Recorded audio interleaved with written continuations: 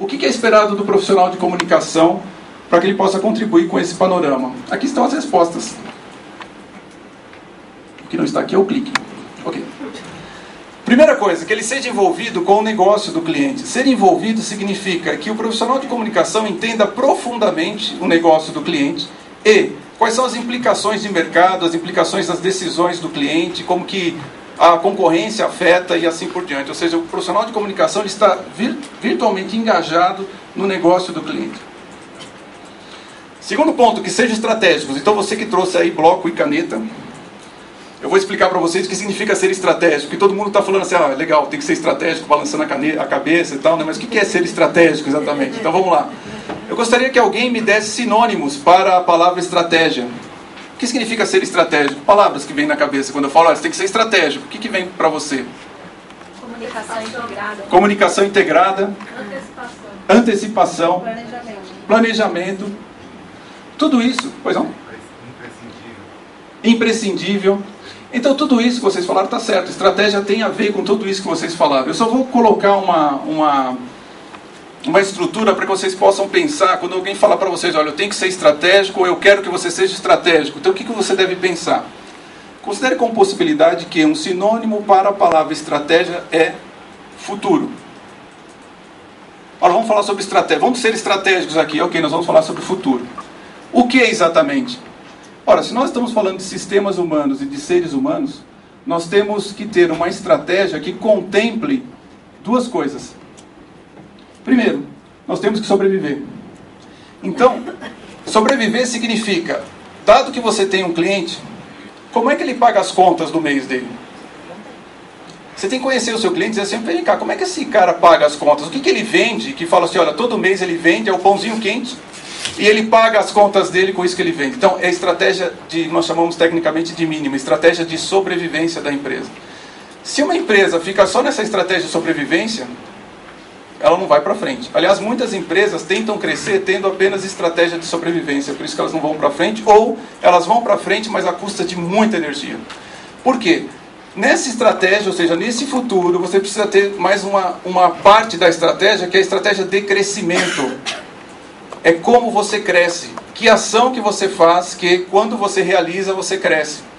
Então, cada empresa, cada negócio tem que ter uma estratégia onde uma parte da estratégia é responsável pela sobrevivência, outra parte das estratégias, outra parte da ação é responsável pelo crescimento. Se você tem uma estratégia baseada só no crescimento, isso aí também vira utopia. Por quê? Você já deve ter conhecido pessoas que falam assim, olha, eu tenho uma grande ideia de um grande negócio. Nós vamos conseguir vender 10 milhões de dólares. Quando? Em 2014. Não, mas como é que a gente vai pagar daqui até lá? Não, isso eu não tenho. Precisa de investidor para acreditar. Não dá. Isso vira utopia. A estratégia, para ser estratégia, ela precisa ter as duas partes. Portanto, quando eu falo assim, olha, seja estratégico, eu estou dizendo o seguinte, a sua ação, aquilo que você está propondo, aquilo que você quer fazer, vai contribuir para alguma coisa do crescimento da empresa ou vai contribuir para a sobrevivência da empresa? É aí que você tem que saber se posicionar. Isso é ser estratégico. Essa foi a resposta mais óbvia que eu encontrei nessa pesquisa, né? Olha, você tem que saber apresentar soluções para as mídias tradicionais e digitais.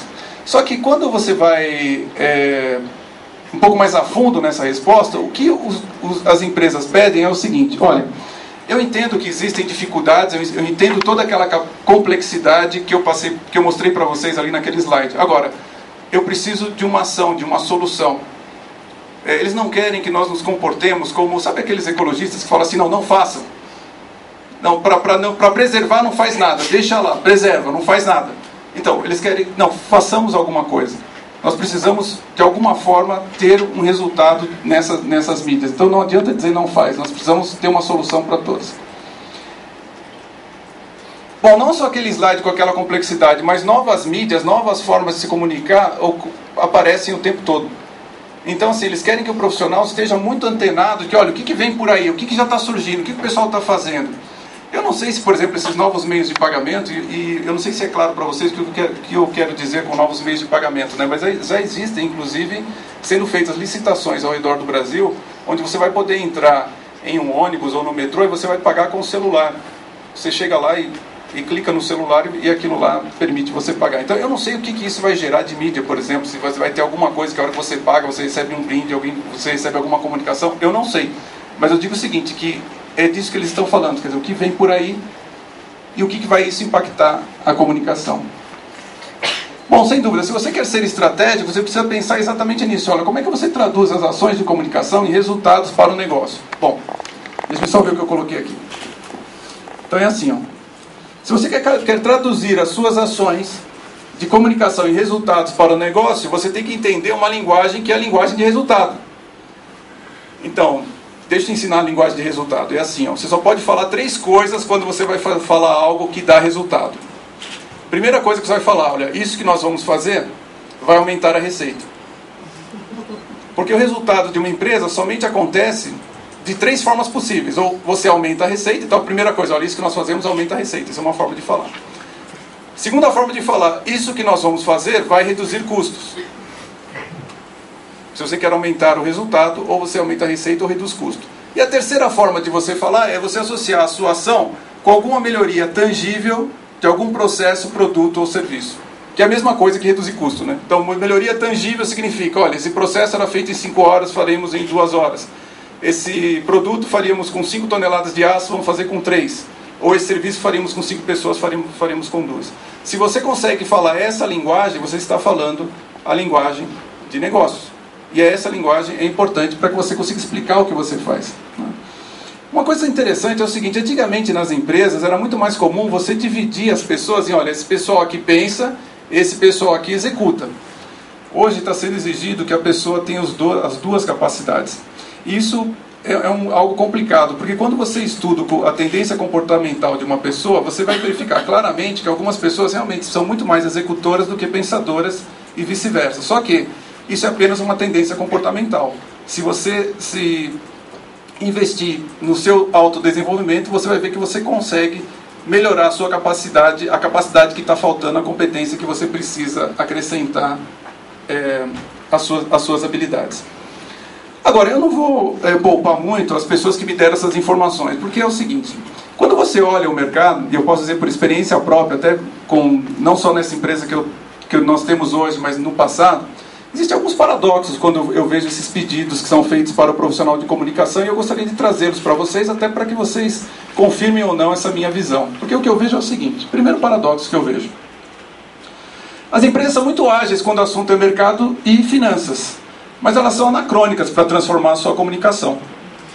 Ou seja, as empresas, elas respondem muito rapidamente ao que o mercado quer, aquilo que o cliente está querendo fazer e assim por diante. Mas a hora que você propõe alguma coisa nova para ela de comunicação, e eu posso dizer pela natureza do meu trabalho, algo que vai modificar a comunicação interna, inclusive da empresa, elas são extremamente resistentes. Não há muitos anos atrás, eu trabalho com uma empresa que, quando entrou pela primeira vez um estagiário, e esse estagiário viu algo que eu não vou saber descrever o que era, mas ele achava que quem tinha que resolver esse problema era o CEO da empresa. Ele mandou um e-mail direto para o CEO da empresa. E aquilo parou a empresa. Por quê? Porque a empresa é um grupo grande, assim, todo estruturado, centenário. Eles tinham uma regra que era assim, olha, o e-mail só vem de cima para baixo. Ninguém questiona, ninguém manda uma pergunta para cima. A ponto de eu mesmo, nessa empresa, certa vez passei por uma situação onde estávamos marcando uma reunião e estava um diretor, gerente, supervisores querendo achar a data segura. De repente veio um e-mail do diretor, que estava em silêncio até aquele momento. Falou assim, olha, então está marcada a reunião quarta-feira às 14 horas. Eu, querendo ser simpático, né, mandei de volta. Muito obrigado, então estarei aí. Para minha mais absoluta surpresa, veio um outro e-mail dele, dizendo assim, então, conforme eu disse, quarta-feira às 14 horas. Eu falei, tem alguma coisa errada aí. E parei de mandar e-mail. E quando eu cheguei na reunião, a gerente de recursos humanos veio até mim e falou, Silvio, desculpa, eu esqueci de te falar. Mas aqui na empresa, quando o diretor manda um e-mail, acabou, não tem mais conversa, ninguém manda um e-mail em cima. Então vocês imaginem uma empresa com essa estrutura, o estagiário que acabou de chegar manda um e-mail direto para o presidente ainda dizendo o que é para ele fazer para resolver o problema. Parou a empresa, os diretores fizeram uma reunião para discutir finalmente, olha, como é que a gente vai lidar com essas novas gerações? Foi promovido a vice. Foi promovido a vice-presidente de comunicação, né? Mas não tenha dúvida que as empresas, elas são de fato muito anacrônicas. Então, apesar de pedirem tudo isso para nós, Eu fico olhando e falo, mas espera aí, mas a empresa está com essa bola toda realmente para fazer essas modificações? Outro paradoxo. As empresas querem que os profissionais façam isso que eu falei para vocês, transformem as suas ações de comunicação em números. Só que elas não acreditam nos números. Eu já passei por isso. Já passei por isso. Então eu tenho que explicar para eles, não, olha, isso aqui, veja bem, estão fazendo o trabalho, é exatamente isso que ele fala, não, mas não é. Não é esse o número. É interessantíssimo. Bem, então, se a gente não vai... Porque o que acontece aí é o seguinte, é a empresa não entender qual é o papel, por exemplo, de uma assessoria de imprensa, o que ela faz. Então, ele inventa coisas para assessoria de imprensa achando que conhece o trabalho de comunicação. E outra coisa, as empresas contratam o profissional de comunicação, ele é o especialista, ele dá orientação e elas não seguem. E aí eles culpam quem? O cara de comunicação, exatamente. Então é um pouco paradoxal, mas eu não me sentiria completo de passar essas informações para vocês se não fosse essa visão que eu vejo no mercado e é o que eu vejo que acontece realmente nas empresas. Esses paradoxos existem e de alguma forma, é aí que entra aquela questão que eu mencionei das empresas lá, né? As empresas de comunicação, elas também têm um papel educativo, de explicar para o cliente o que significa contratar uma empresa de comunicação, o que significa contratar uma assessoria de imprensa, o que significa seguir as orientações e assim por diante.